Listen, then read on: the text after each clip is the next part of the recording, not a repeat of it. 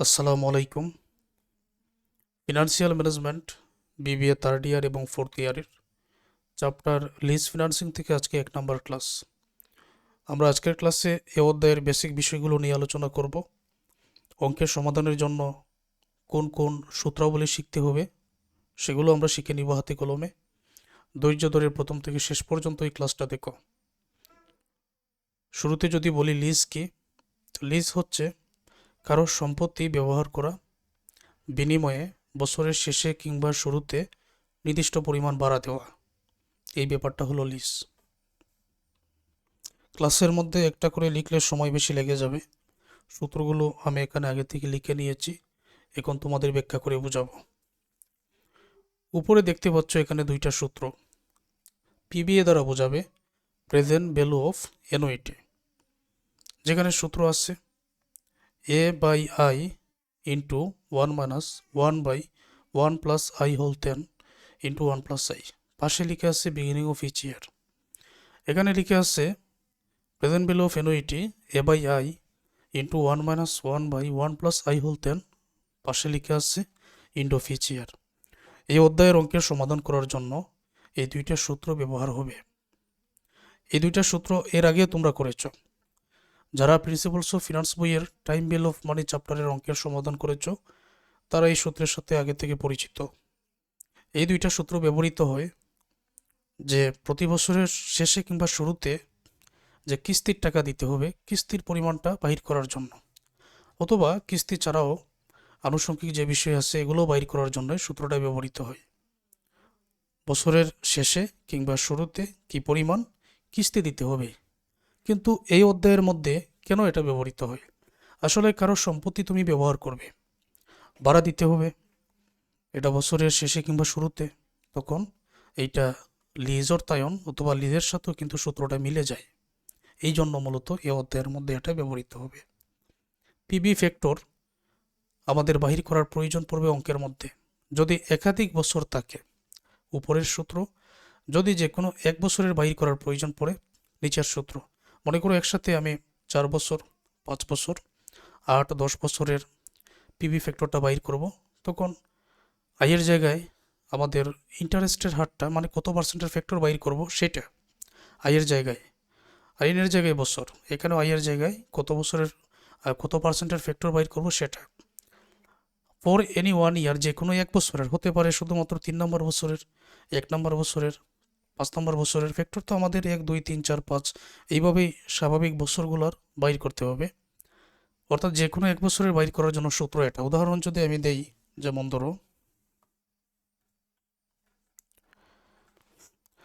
ধরে নিলাম যে আমি এখানে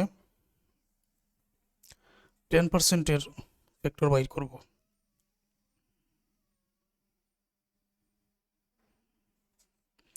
এখন এটা বাইর করব কিভাবে?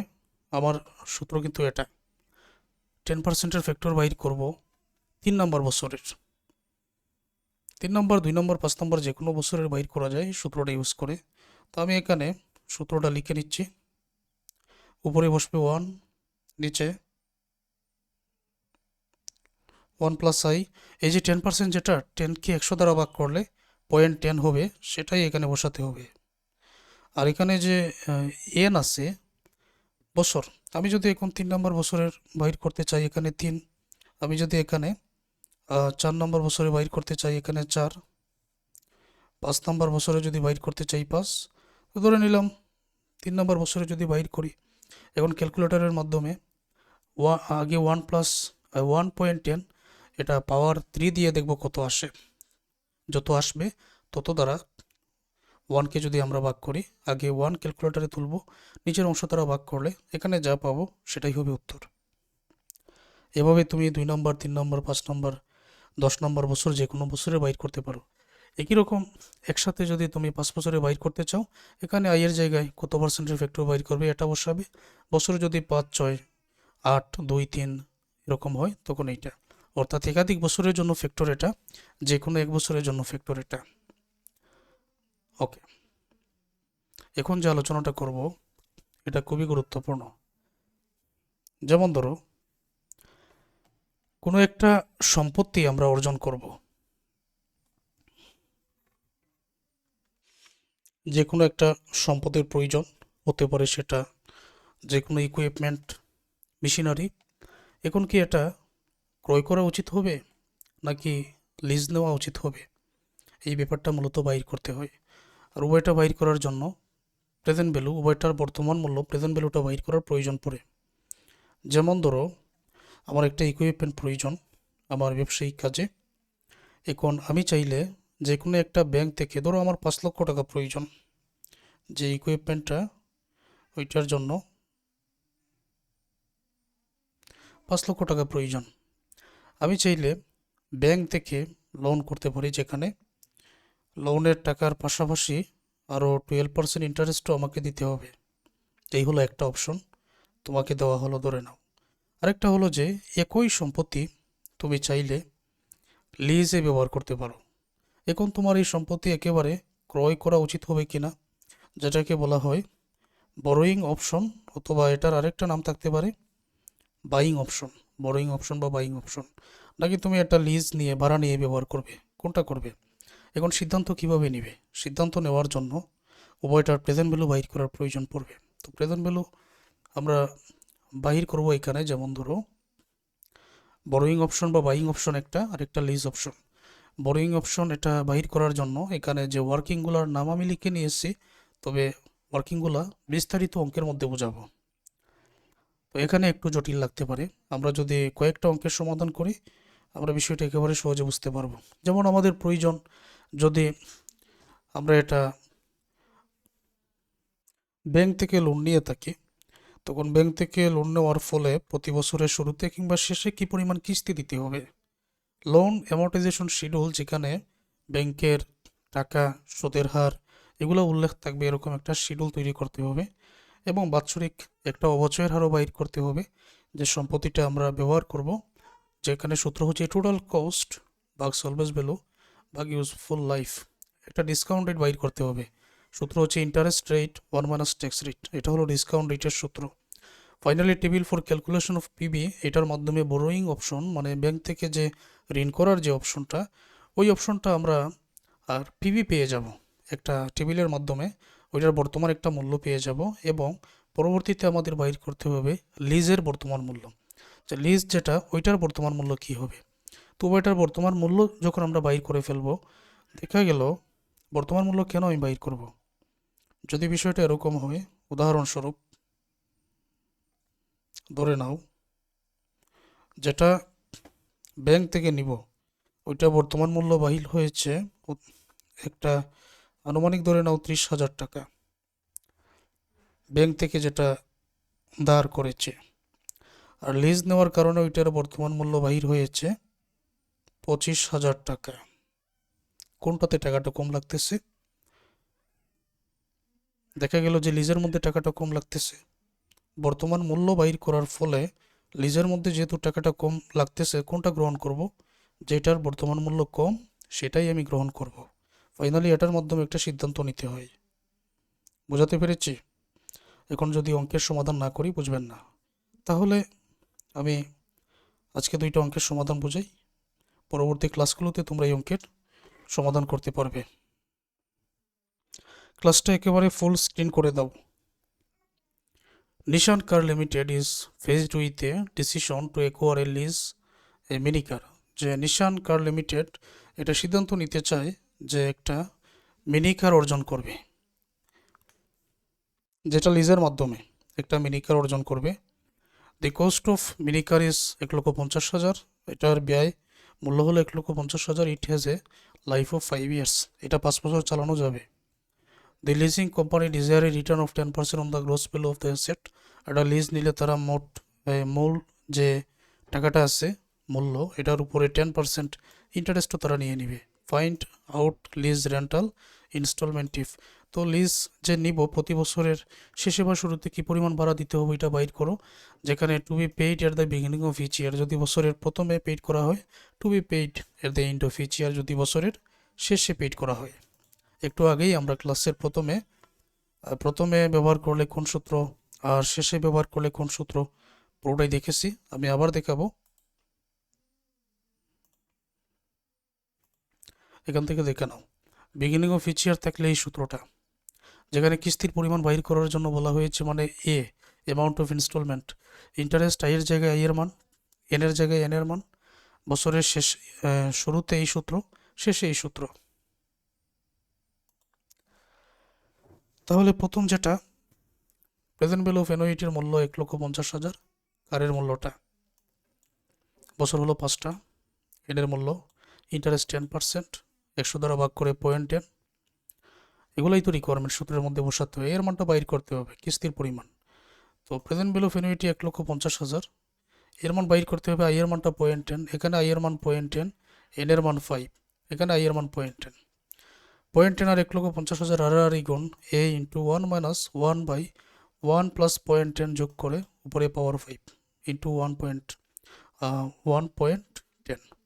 দুইটা যোগ করে নাও, এই দুইটা গুণ করলে 15,000, এ ইন্টু 1 মাইনাস 1/1.10 পাওয়ার 5 দিলে এই মানটা চলে আসে, 1কে নিজেরটা দ্বারা ভাগ করলে এই মানটা, বিয়োগ করলে এই মানটা, পাশাপাশি এটার সাথে গুণ হয়ে যাবে, এর সাথে গুণ হয়ে যাবে, এর সাথে যেটা গুণ হয়ে আছে এটা 15,000-এর নিচে ভাগ হয়ে চলে যাবে, কারণ আমরা জানি সমানের একদিক থেকে আরেক দিকে প্লাস হয়ে থাকলে মাইনাস, মাইনাস হয়ে থাকলে প্লাস, তারপর গুণ হয়ে থাকলে ভাগ, ভাগ হয়ে থাকলে গুণ, এরকমই তো হয়ে যায়। তাহলে কিস্তির পরিমাণ তখন দাঁড়াবে 35,971 টাকা। সেম আমরা 1 প্লাস আই বাদ দিলেই তো ইন্ড অফ ইচ ইয়ারের সূত্রটা, যেটা এখানে বোঝাচ্ছি, পিবি এটা 1,50,000, জায়গায় জায়গায় মান আগের মতোই, আড়াআড়ি গুণ করো 15,000, এটা তোর বোঝাতে হচ্ছে না, এ 1 মাইনাস 1 বাই এটার মান, তারপর 1কে ভাগ করো, 1 থেকে বিয়োগ করো, এর সাথে যেটা গুণ হয়ে আসছে 15,000-এর নিচে ভাগ করে নিলে এর মান 39,567, এটা বুঝতে পেরেছো? আবার পার্ট সিতে যে অঙ্কগুলো আসছে এগুলো তো ব্যবহার করতে হবে, পরবর্তী ক্লাসে বুঝবো। আরেকটা অঙ্ক দেখা যাক। Asif acquiring an equipment by financial lease on January 1, 2016। Asif একটা যন্ত্রপাতি ব্যবহার অর্জন করতে চায় লিজের মাধ্যমে জানুয়ারি 1, 2016 সালে, জানুয়ারি 1, একেবারে বছরের প্রথমে। The purchase price of the equipment was টাকা 1 লক্ষ, এটার মূল্য যন্ত্রপাতির 1 লক্ষ টাকা। The amount is to be paid in 5 equal instalment at 8% per annum, এবং যে অ্যামাউন্টটা 1 লক্ষ টাকা এটা 5 বছর সমান কিস্তিতে পরিশোধ করা হবে, যেখানে আরও 8% ইন্টারেস্টও দিয়ে দেওয়া হবে। The first installment was paid on the delivery of equipment, প্রথম যে ইনস্টলমেন্ট কিস্তি একেবারে যেই তারিখে ইকুইপমেন্টটা ডেলিভারি ওই তারিখেই দেওয়া হয়েছে, তার মানে বছরের প্রথমে, বিগিনিং অফ ইচ ইয়ার। এই জন্য ক্লাসের প্রথমে আমি বললাম যে যদি আমরা বুঝতে পারি বছরের প্রথমে নাকি বছরের শেষে, এই কথাটা এই জন্য বললাম। অ্যান্ড সাবসিকুয়েন্ট ইনস্টলমেন্ট, পরবর্তী কিস্তি, were to be paid on each anniversary of date of delivery, এবং পরবর্তী যে কিস্তিগুলা এই সমান তারিখে, এটার যখন বছরটা শেষ হয়ে যাবে বছরের মানে ডেলিভারির তারিখ অনুযায়ী পরবর্তী কিস্তিগুলো দেওয়া হবে, মানে প্রতি বছরের শুরুতে দিতে হবে। শো দে লোন অ্যামর্টাইজেশন শিডিউল, তাহলে লোন অ্যামর্টাইজেশন শিডিউলটা এখানে বাইর করার জন্য বলা হয়েছে। এখন আমি একটা কাজ করি, অ্যামর্টাইজেশন শিডিউল বাইর করব, কিস্তি কী পরিমাণ সেটা তো উল্লেখ নেই, বাইর করতে হবে। বছরের শেষে পিবিএ 1 লক্ষ, 8% ইন্টারেস্ট, 100 দ্বারা ভাগ করে 0.08, 5টা কিস্তি, এনের মান 5 ইয়ার্স, এর মান পিবিএ 1 লক্ষ, এ বাই আই, আই এর মান 0.08, 1/1 প্লাস আই এর মান 0.08, এনের মান 5, আই এর মান এখানে 0.08, 1 লক্ষ আর 0.08 গুণ করতে হবে আড়াআড়ি আগেরটার মতো, তারপর এটা এখানে বাকি রইল, এই দুইটা যোগ করা হয়েছে। পরের লাইনে 0.08 আর 1 লক্ষ গুণ করে 8,000, এ এখানে ব্র্যাকেটের মানটা পাওয়া হয়েছে, একেবারে বাইর করে নেওয়া হয়েছে, সাথে গুণ 1.08, দুইটা গুণ করে নাও। এই অংশটা এদিকে নিয়ে আসা হয়েছে 8,000 এদিকে, এর সাথে যেটা গুণ হয়ে আসছে এটা আমরা 8,000-এর নিচে ভাগ করে নিয়ে আসলাম, দেন এর মান 23,190, এটা হলো বাৎসরিক কিস্তি। লোন অ্যামর্টাইজেশন শিডিউল, বছর তো 5টা, তো লোন এট দ্য বিগিনিং, কিস্তির পরিমাণ, কী পরিমাণ ইন্টারেস্ট যাচ্ছে, কী পরিমাণ আসল টাকার অংশ যাচ্ছে যেটা প্রিন্সিপাল পেমেন্ট, তখন কী পরিমাণ লোনের টাকা কী পরিমাণ বাকি থাকে সেটা এখানে বুঝিয়ে দিচ্ছে। 1 নম্বর বছর, লোনের পরিমাণ তো 1 লক্ষ টাকা, কিস্তি তো বছরের শুরুতেই দিচ্ছ 23,190, যতক্ষণ না বছর যাচ্ছে ততক্ষণ যাবৎ এখানে ইন্টারেস্ট দিতে হচ্ছে না, যেটা পরবর্তী বছর থেকে হিসাব হবে। প্রিন্সিপাল পেমেন্ট 23,190 হবে, যেহেতু এক বছরে 23,190 চলে যাচ্ছে। 1 লক্ষ থেকে 23,190 মাইনাস করে অবশিষ্ট 76,810 টাকা বাকি রয়েছে আমার পরিশোধ করার। এটা আমি 2 নম্বর বছরের প্রথমে নিয়ে আসলাম, দেন আবার বছরের প্রথমে কিস্তিটা দিয়ে দিলাম। কিস্তিটা দেওয়ার পরে এখানে 23,190-এর মধ্যে এখন ইন্টারেস্ট অন্তর্ভুক্ত থাকবে কত, যে 76,810-এর 8% 6,145। যখন 23,190 থেকে 6,145 মাইনাস করে দিব, তো 17,045 এটা হলো আমার প্রিন্সিপাল পেমেন্ট। ইন্টারেস্ট ছাড়াও ইন্টারেস্ট হিসাবটা কিন্তু আলাদা। আমার যে মূল যে টাকাটা ওইটা থেকে কি পরিমাণ, এটা হলো প্রিন্সিপাল পেমেন্ট। তারপর আমি এই 17,045 যেটা 76,810 থেকে 74,045 মাইনাস করে 59,765 এখন পর্যন্ত আমার পরিশোধ করার বাকি। এটা আমি 3 নম্বর বছরের শুরুতে নিয়ে আসলাম, কিস্তি দিয়ে দিলাম। এখন এই টাকার উপরে ইন্টারেস্ট আরও 8%। তারপর 23,190 থেকে ইন্টারেস্টের টাকা মাইনাস 18,409। তারপর এই বিগিনিং ব্যালেন্স থেকে প্রিন্সিপাল পেমেন্ট মাইনাস করলে 41,356। এটা 4 নম্বর বছরের প্রথমে নিয়ে আসলাম। কিস্তির যে টাকাটা এটা বসালাম, কিস্তিটা কিন্তু এই টাকাটা প্রতি বছরই সমানই বসবে। এখন 41,356 8% ইন্টারেস্ট 3,308। ইনস্টলমেন্ট থেকে যখন আমরা ইন্টারেস্টটা মাইনাস করব তখন এই প্রিন্সিপাল পেমেন্ট পাবো। তারপর বিগিনিং থেকে এটা মাইনাস করলে 21,474 লোনের দায়িত্ব, এটাই এখানে নিয়ে আসলাম। এটার ইন্টারেস্ট 1,716। তারপর 1,716 যেটা 23,190 থেকে 1,716 মাইনাস করলে 21,474। এখন বিগিনিং থেকে 21,474 মাইনাস করলে এখানে 0। এটাই হচ্ছে লোন অ্যামর্টাইজেশন শিডিউল। এবং কোথায় কি করতে হবে এটা সংখ্যার মাধ্যমে এখানে দেওয়া আছে। 5 নম্বর ঘরে 3 নম্বর ঘর থেকে 4 নম্বর ঘর মাইনাস, 6 নম্বর ঘরে 2 নম্বর ঘর থেকে 5 নম্বর ঘর মাইনাস করে 6 নম্বর ঘরে। আশা করবো এটা বুঝতে পেরেছ। বুঝতে অসুবিধা হলে এই অংশটা পুনরায় দেখে নাও। তো পরবর্তী ক্লাসগুলো খুবই গুরুত্বপূর্ণ।